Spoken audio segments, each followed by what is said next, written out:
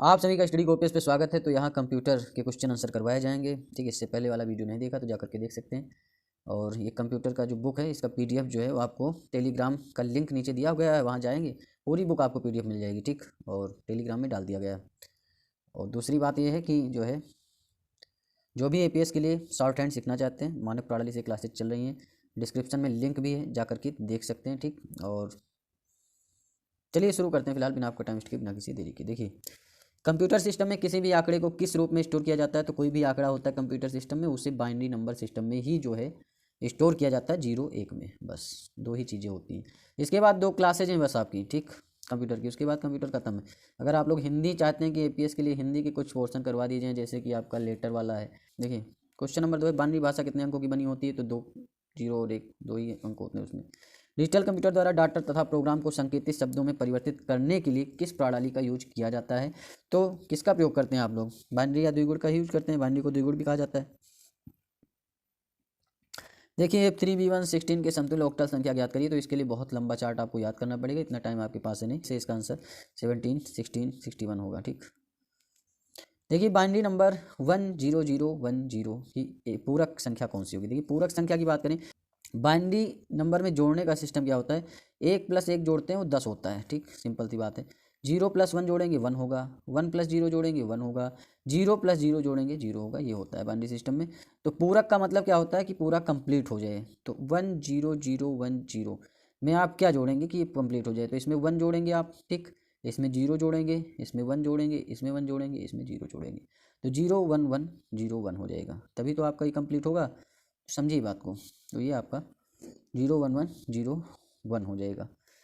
निम्नलिखित में से कौन सा बाइनरी नंबर का उदाहरण है। तो बाइनरी नंबर कौन सा, ये है 1 0, जहाँ भी होगा वहीं आपका बाइनरी नंबर है। बुलियन बीजगणित AB + AB किसके बराबर होगा। तो किसके बराबर होगा, ये A के बराबर होगा। ठीक, A के बराबर होगा। वैसे 8 नंबर है कि बुलियन बीजगणित में A + B को कार्यान्वित किया जा सकता है। तो किससे कार्यान्वित किया जाएगा, सिंपल सी बात है। यहाँ आप देख सकते हैं A है + B है, दो जो है आपके ABCD वाले नंबर जोड़े जा रहे हैं। तो ये आपका नॉर गेट हो जाएगा। ठीक, नॉर गेट में गुणा मल्टीप्लाई सब यूनिवर्स किया जाता है, तो नॉर गेट हो जाएगा। ऑक्टल सिस्टम जो होता है, इसमें क्या होता है, किसी नंबर को निरूपित करने के लिए बाइनरी सिस्टम के कम अंकों की जरूरत होती है। नहीं, ऐसा कुछ नहीं होता है। किसी नंबर को निरूपित करने के लिए बाइनरी सिस्टम से अधिक अंकों की जरूरत होती है, अधिक अंकों की। ठीक, क्योंकि 0 1 से अधिक अंकों की जरूरत होती है। बस यही सही है, तो आगे क्या सोचना है। देखिए, जो आपका ये 10 नंबर क्वेश्चन है, बाइनरी प्रणाली में 11 + 1 को जोड़ना है। तो देखिए 11 + 1, तो 11 + 1। अब बाइनरी में जो जोड़ते हैं ना, उसका सिस्टम अलग होता है। बाइनरी में 0 + 0 जो होता है ना, वो आपका 0 होता है। 0 + 1 जो होगा वो आपका 1 होगा। 1 + 0 भी आपका 1 होगा। 1 + 1 जो होगा वो आपका 1 0 होगा। इसे 10 नहीं कहेंगे आप, 1 0 कहेंगे। देखिए 1 1 हो गया, 1 1 का जो एडिशन होता है 1 0 होता है। तो यहाँ 0 कर देंगे, यहाँ 1 आपका ले लेंगे। 1 1 फिर 1 0 होगा, तो 1 0 ले लेंगे। तो इसका आंसर क्या हो जाएगा, 100। कंप्यूटर में डेटा संग्रहित करने तथा गणना करने में किस संख्या पद्धति का प्रयोग किया जाता है। तो ये आपको पता है, बाइनरी का प्रयोग करते हैं, इसमें कुछ बताना नहीं आप लोगों को। कंप्यूटर की सूचना डिजिटल होती है, तो डिजिटल किससे होती है। तो इसमें देखिए, एनालॉग से डिजिटल में परिवर्तित होती है, ऐसा कुछ नहीं होता है। डिजिटल से एनालॉग में परिवर्तन होता है, ऐसा भी नहीं होता है। ऑक्टल से डेसिमल में परिवर्तित होता है, ऐसा भी कुछ नहीं होता है। इनमें से सारे ये गलत हो जाएंगे। कंप्यूटर में जो भी डाटा आप इनपुट करते हैं, इनपुट करने के बाद उसकी प्रोसेसिंग होती है, उसके बाद में वो चीज़ें डिजिटल होती हैं। तो ये सारी चीज़ें होती हैं। बुलियन बीजगणित में A + B बराबर होगा, किसके बराबर होगा। तो ये A' B' के बराबर होगा। व्यापक रूप से प्रयोग किए जाने वाले सार्वभौमिक गेट कौन से होते हैं। और एंड एंड गेट नहीं, नॉर एंड एंड गेट, ये आपका हो जाएगा। ठीक, ये भी गलत, ये भी गलत, सबसे ज़्यादा यही यूज की जाती है। निम्न निर्गत प्राप्त करने के लिए, मतलब आउटपुट प्राप्त करने के लिए जिस गेट के सभी निविष्ट या इनपुट का उच्च होना आवश्यक होता है, वो कौन से होते हैं। तो वो नॉर गेट होता है। तो सभी उच्च होंगे तभी जो है आप आउटपुट प्राप्त कर सकते हैं। कंप्यूटर संख्या पद्धति में BCD का पूर्ण रूप क्या होता है। BCD का पूर्ण रूप जो होता है वो आपका बाइनरी कोडेड डेसिमल होता है, binary coded decimal. 70 number, computer dash dash को इन्फॉर्मेशन में प्रोसेस करता है। तो कंप्यूटर डेटा को इन्फॉर्मेशन में प्रोसेस करता है। वर्ष 1953 में बनाया गया बाइनरी इलेक्ट्रॉनिक अनुक्रम कैलकुलेटर क्या है। तो बाइनरी इलेक्ट्रॉनिक जो कैलकुलेटर है वो एक इलेक्ट्रॉनिक कंप्यूटर है, बस सिंपल सी बात। बाइनरी भाषा में अल्फ़ाबेट का प्रत्येक अक्षर, प्रत्येक अंक तथा प्रत्येक विशेष कैरेक्टर कितने बिट्स या बाइट्स के योग से बना हुआ होता है। तो ये 8 बिट्स से बनता है। देखिए 8 बिट्स से, जो एक बाइट होता है ना, एक बाइट आपका 8 बिट्स के बराबर होता है। और 4 बिट्स जो होते हैं उसका एक निबल होता है। ठीक। तो 1 बाइट में 2 निबल हो जाएंगे, बस इतनी सी बात है। EBCDIC का पूर्ण रूप क्या होगा ये आपको बताना है। तो इसका होता है extended binary coded decimal interchange code होता है। तो आपका extended binary coded disc interchange गलत हो जाएगा। एक्सटेंडेड बिट कोडेड डिस्क ये गलत है। Extended binary coded decimal interchange code ये आपका सही है। फुल फॉर्म आपको रटनी पड़ेगी। ABCDIC कोडिंग योजना विभिन्न कैरेक्टरों को कोड करने के लिए कितने बिटों का प्रयोग करती है? तो ये 8 बिट का प्रयोग करती है बस। कोडेक संबंधित है, तो कोडेक आपका किससे संबंधित है? तो कोडेक जो संबंधित है वो आपका कोडर और डिकोडर से संबंधित है। कोडर CO मतलब कोडर, डिकोडर से संबंधित है बस। ASCII जो कोड होता है ASCII में प्रत्येक कैरेक्टर 8 बिट का होता है और यह विशिष्ट रूप से अधिकतम वर्णों को निरूपित करता है। तो अधिकतम में कितने को निरूपित करता है? 256 बिट में। निम्नलिखित में से असत्य कथन आपको चुनना है। डेटा को अन्य किसी फॉर्मेट में रूपांतरित करना किसका काम? डेटा को अन्य किसी फॉर्मेट में रूपांतरण करना कंप्यूटर का कार्य होता है, ठीक है। कोडिंग डेटा का पुनः रूपांतरण ये आपका गलत हो जाएगा। कोडिंग फॉर्मेट में वर्णों को एक क्रम में रखना और इसमें प्रोग्राम संकलन और निष्पादन में मदद मिलती है, ये भी सही है।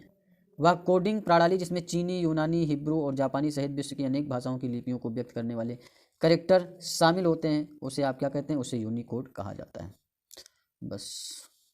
यूनिकोड एनकोडिंग में एक वर्ण कितने बाइट्स या बिट्स द्वारा प्रयुक्त किया जाता है? तो 16 बिट्स या 2 बाइट्स।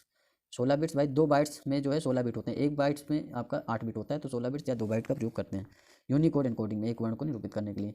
एक कंप्यूटर की मेमोरी सामान्यतः तौर पर किलोबाइट अथवा मेगाबाइट के रूप में व्यक्त की जाती है। 1 बाइट बना होता है, तो 1 बाइट कितने का बना होता है? 8 द्विआधारी अंकों का या 8 बिट का कह सकते हो। 8 बिट के समूह को क्या कहा जाता है? 8 बिट के समूह को 1 बाइट कहते हैं, इसमें कुछ कहने वाली बात ही नहीं। 1 बाइट से कितने मान निरूपित किए जा सकते हैं? तो 1 बाइट जो होता है उससे आप मैक्सिमम 256 मान जो है निरूपित कर सकते हैं। 1 बाइट 8 बिट द्वारा कुल 256 2 की पावर 8 256 अलग अलग कैरेक्टर निरूपित किए जा सकते हैं। निम्नलिखित में से मेमोरी के संदर्भ में इसकी सबसे तेज से लेकर सबसे धीमी गति के संदर्भ में कौन सा अनुक्रम आपका सही होगा? तो देखिए, सबसे धीमी अगर बात करें, सबसे तेज से लेकर सबसे धीमी तक, तो सबसे तेज जो आपकी होती है कैश मेमोरी होती है। कैश मेमोरी के बाद प्राइमरी मेमोरी आपकी जो होती है रैम रोम वो होती हैं, और सबसे धीमी होती है सेकेंडरी मेमोरी। तो सी आपका सही हो जाएगा।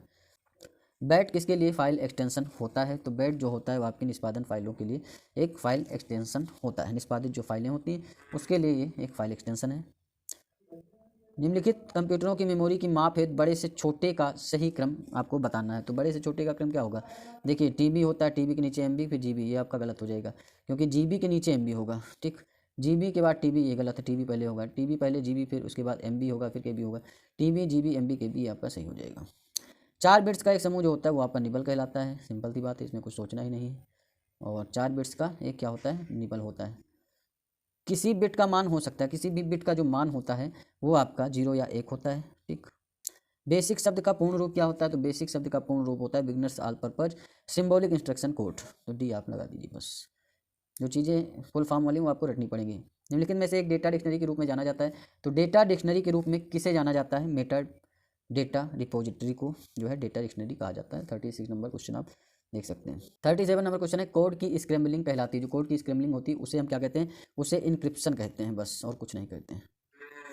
स्क्रैम्बलिंग का मुख्य कार्य ट्रांसमीटर और रिसीवर के मध्य सिंक्रोनाइजेशन बढ़ाने वाले प्राप्त डाटा से सूचना प्राप्त करने में सहायता प्रदान करना होता है। निम्नलिखित में से कौन सा डेटा संग्रह की व्यवस्था नहीं है? मतलब किसमें डेटा को संग्रह नहीं किया जाता है? तो देखिए, प्रोग्राम फ्लो चार्ट में नहीं किया जाता है, साइट अवलोकन पे किया जाता है, साक्षात्कार में किया जाता है, प्रश्नावली में किया जाता है, लेकिन प्रोग्राम फ्लो चार्ट में डाटा संग्रह की व्यवस्था नहीं होती है। डीबीएमएस डेटा के समूह को कहते हैं। तो डीबीएमएस डेटा के समूह को कहते हैं रिकॉर्ड। डेटाबेस से जानकारी को पुनः प्राप्त करने के लिए किस भाषा का उपयोग किया जाता है? तो जिसका उपयोग किया जाता है होती है क्वेरी लैंग्वेज। एसक्यूएल का पूरा नाम क्या है? तो एसक्यूएल का पूरा नाम स्ट्रक्चर्ड क्वेरी भाषा या क्वेरी लैंग्वेज होती है। ब्लॉकिंग फैक्टर का तात्पर्य किससे है? तो ब्लॉकिंग फैक्टर जो होता है उसका तात्पर्य रिकॉर्ड्स की संख्या और रिकॉर्ड्स की कुल संख्या के मध्य अनुपात निकालने से होता है। डेटाबेस के रिकॉर्ड से अलग किए जाने वाले भागों को क्या कहते हैं? जो डेटाबेस के रिकॉर्ड होते हैं उससे जो अलग किया जाता है तो उसको क्या कहते हैं? उसको आप फाइल कहते हैं। निम्नलिखित में से एक डेटा डिक्शनरी में क्या शामिल होता है? जो डेटा डिक्शनरी होती है उसमें किस चीज़ को शामिल किया जाता है? तो उसमें एक इंडेक्स सिक्वेंशियल फाइल जिसमें सिस्टम प्रत्येक डेटा आइटम की पहुंच या आवृत्ति होती है, ऐसा नहीं होता। सभी शब्द जिसे शब्द प्रोसेसर द्वारा वर्तनी के दौरान संदर्भित किया जाता है, ये भी नहीं। सिस्टम में दर्ज किए गए सभी लेन देन, ये भी गलत। फाइलों और उनकी सामग्री और सिस्टम द्वारा उपयोग की जाने वाली प्रक्रियाओं के बारे में डेटा आपका सही हो जाएगा। यह एक नेटवर्क डेटाबेस के डिजाइन का प्रतिनिधित्व करने वाली एक स्कीम होती है। तो रिकॉर्ड फील्ड का जो नेटवर्क होता है वो डेटाबेस के डिज़ाइन से संबंधित होती है। एक हायरार्किकल डेटाबेस के लिए एक स्कीम कौन सी होती है, तो एक स्कीम जो होती है वो आपकी ट्री स्ट्रक्चर डायग्राम होता है। दो डेटाबेस फाइलों को जोड़ने के लिए किस कमांड का प्रयोग करते हैं, जो दो डेटाबेस होते हैं उनको जोड़ने के लिए सेट रिलेशन का प्रयोग किया जाता है। दो डेटाबेस फाइलों के मध्य एक लिंक स्थापित करने के लिए किस कमांड का प्रयोग करते हैं, तो दो डेटाबेस हैं उनके फाइल के मध्य एक लिंक स्थापित करना है, तो उसके लिए आपको किसका प्रयोग करना है, सेट रिलेशन का प्रयोग करना है। विद्यमान तालिका की पंक्तियों को परिवर्तित करने हेतु प्रयुक्त कथन क्या कहलाते हैं, ये आपको बताना है, तो ये कहलाते हैं अपडेट। जो भी आपकी तालिका होती है उसे परिवर्तित करना तो उसे अपडेट कहते हैं। निम्नलिखित में से किसको डेटाबेस के साथ प्रयोग किया जाता है, तो किस चीज़ को डेटाबेस के साथ प्रयोग करते हैं, डेटा माइनिंग को। निम्नलिखित में से किसी फाइल के किस फिल्टर का प्रयोग प्राथमिक कुंजी के रूप में करते हैं, सोशल सिक्योरिटी नंबर का। निम्न में से कौन सा कथन DBA डाटाबेस एडमिनिस्ट्रेटर के लिए असत्य है, तो कौन सा कथन असत्य है। देखिए, डेटाबेस का भौतिक डिजाइन जो है ये होता है, ये सही है। डेटाबेस का सुरक्षा प्रावधान ये भी होता है। आवेदन में उपयोगकर्ता के संबंध में ये भी है। डेटाबेस की तार्किक डिजाइन ये आपका गलत है, ये डिजाइनर का काम होता है। संबंध मॉडल में एक टपल किसके बराबर होता है, जो एक टपल होता है वो किसके बराबर होता है, एक टपल आपके फाइल के बराबर होता है। DBMS में एक तालिका के स्तंभ को कहते हैं, जो डाटाबेस मैनेजमेंट होता है उसमें तालिका के कॉलम को क्या कहा जाता है, तो उसे आप डिग्री कहते हैं। DBMS में एक डेटा डिक्शनरी को मेटा डेटा रिपोजिटरी के रूप में जाना जाता है। सक्रिय डेटाबेस फाइल में नया फील्ड जोड़ने के लिए प्रयुक्त कमांड क्या है, जो सक्रिय डेटाबेस फाइल होती है उसमें अगर नया फील्ड आप जोड़ना चाहते हैं तो उसके लिए प्रयुक्त कमांड क्या होता है, मॉडिफाई स्ट्रक्चर। ठीक, मॉडिफाई करना है स्ट्रक्चर को। निम्नलिखित में से कौन सी दो फाइलों का प्रयोग RDBMS के संचालन के लिए किया जाता है, क्वेरी भाषा उपयोगिता का प्रयोग नहीं करते हैं। डेटा मैनिपुलेशन का प्रयोग भी नहीं किया जाता है। ठीक, और डेटा निर्देशिका और ट्रांजैक्शन ब्लॉक भाषा का प्रयोग करते हैं। 58 नंबर क्वेश्चन है SQL व्यू। SQL व्यू जो होता है को अपडेट करने के लिए DBMS database management system column को अपडेट करने में सक्षम कौन होता है, ये बताना है। एक विशेष अंडरलाइन टेबल में एक विशेष कॉलम नहीं, एक विशेष पंक्ति में एक विशेष कॉलम नहीं, एक विशेष कॉलम में एक विशेष पंक्ति, ये आपका सही हो जाएगा। 59 नंबर क्वेश्चन है डेटा मैनिपुलेशन भाषा DML का भाग जिसमें सूचना पुनः प्राप्त की जाती है उसे क्या कहा जाता है, ये आपको बताना है, तो उसे कहा जाता है क्वेरी भाषा। केस में से वर्ड को हटाते ही मुख्य मेमोरी को अपडेट करने की विधि जो होती है उसे आप क्या कहते हैं, तो उसे हम कहते हैं राइट बैक।